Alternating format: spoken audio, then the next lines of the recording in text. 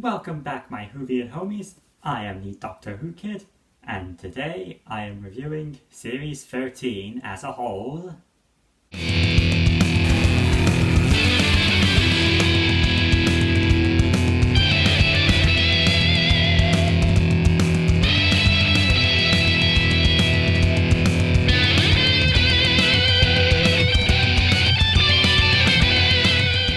Flux.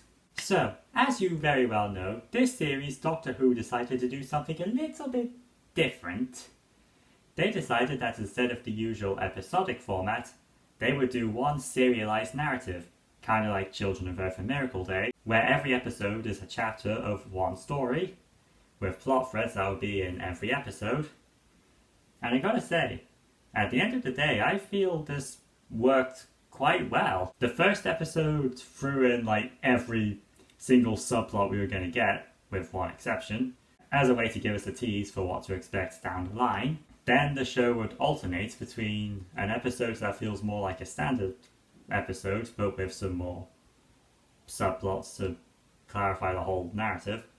And then it would do an episode that is all about the narrative, until the finale, of course, which brings everything together. And I gotta say, yeah, I do feel this worked quite nicely. The finale did feel a bit frenetic, maybe, but overall, yeah, it worked out nicely, is what I'm saying. And, like, one of the things people have been criticizing about Chibnall's writing is that he tends to cram too much at once, and there may have been a couple of things that could have been cut from this series. The serialized narrative overall helped that particular writing fumble. Now, in terms of the characters, obviously we have our new boy in John Bishop as Dan Lewis, and he was a treat the whole time. He brought a Scouse Liverpudlian attitude to the whole thing that just made him really fun to watch. His character proved to be really likeable when we first met him in the Halloween Apocalypse, and he only continued to be a great presence throughout. In fact, the only real problem I have with Dan is that he didn't really feel like a companion. This is one of the downsides of the serialized narrative, in that because we don't have the usual format of the show, we don't really get the sense of Dan going on a lot of travels and really forming the usual Doctor-companion bond. But of course there's another reason Dan and the Doctor don't form the usual Doctor-companion bond, and that's because they're never on screen together. For some reason, every episode kept splitting everybody up to do their own things, and it's like, huh? But as for our existing members of the Time Lord crew, I did really like what we got with them. Like, the Doctor is still focusing on the Division and her memories, which does maybe feel a bit like we're backtracking on the epiphany she should have had at the end of Series 12. But this particular series is focused more on the Division side of things, so I feel that kind of justifies it. And it seems that after her great scene with Ryan, where she opens up to him, the Doctor did not learn anything because she is still being distant and leaving Yaz out of everything. I feel really sorry for Yaz. She just takes it for most of the time. The one prediction I did make earlier that did come true was them having their conversation. And I feel that was nicely done. Hopefully this time, no more secrets. This is Doctor Who, not the Arrowverse. Yeah, I said it. Yeah, Yaz was really delightful in this series. She basically takes on the role of the experienced companion helping the new guy along. And her and Dan get a really great little dynamic going in the last few episodes. Honestly, it really felt like Dan was her companion instead of the Doctor's. But yeah, Yaz has become an independent and strong woman, self-capable, determined, willing to do the right thing, and she takes charge in the action. She, in a way, we have another case of a companion becoming more like the Doctor the more they travel with her. Hopefully this will lead to a better ending than what happened the last time this occurred. And of course, no series of Doctor Who is complete without baddies, and how were they handled? Also really nicely. In terms of our recurring baddies, we get the Soltarans, who are excellently characterized. really striking the proper balance between goofy and serious. That just feels perfect for the kind of villains that they are. We get the Weeping Angels, who show up primarily in the one episode, but again make a really strong showing that effectively uses all the different things we've learned about the Angels over the years in new, creepy ways. And that cliffhanger, it almost makes you wish you had an entire episode of the Doctor turned into a Weeping Angel. That would have been a horrifying one to watch. And we also get bit parts from the Daleks and the Cybermen, who, granted, don't get to do much, but they still remain in character and have some nice appearances and moments with them. Oh yeah, and also we get that guy from Line of Duty as the Grand Serpent, and though he doesn't be in it much, he really does a good job of being a slimy villain, and his method of execution is just nasty. That is not how I want to go. Right, and our last villains in this series are of course the main ones, the Ravagers, Swarm and Azure. Now those guys were pretty consistent in every episode.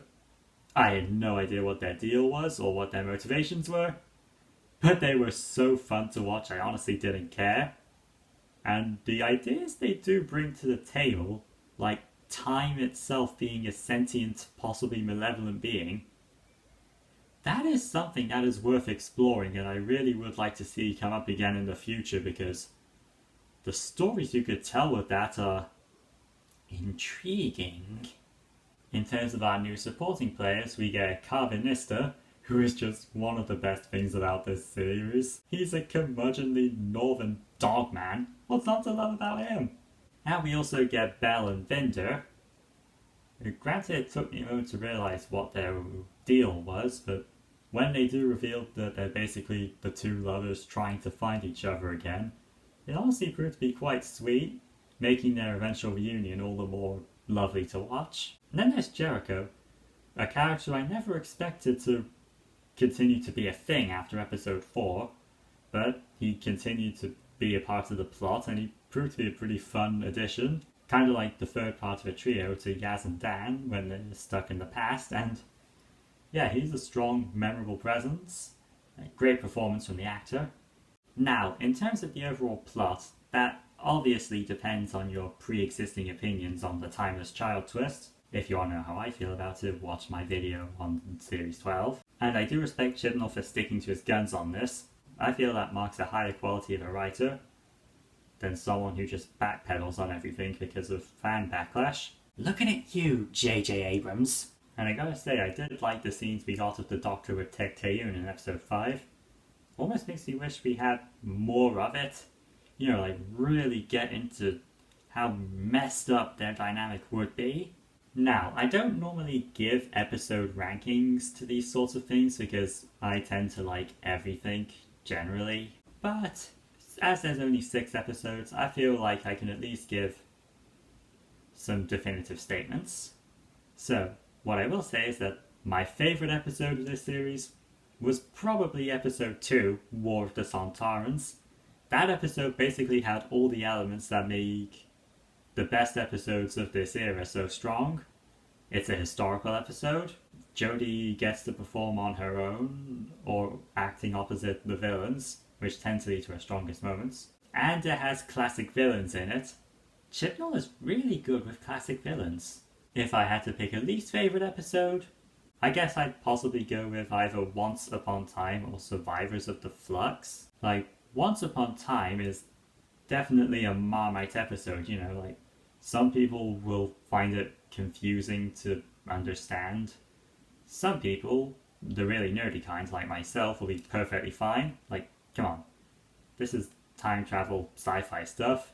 You know, you kind of have to just go with everything and not question too much.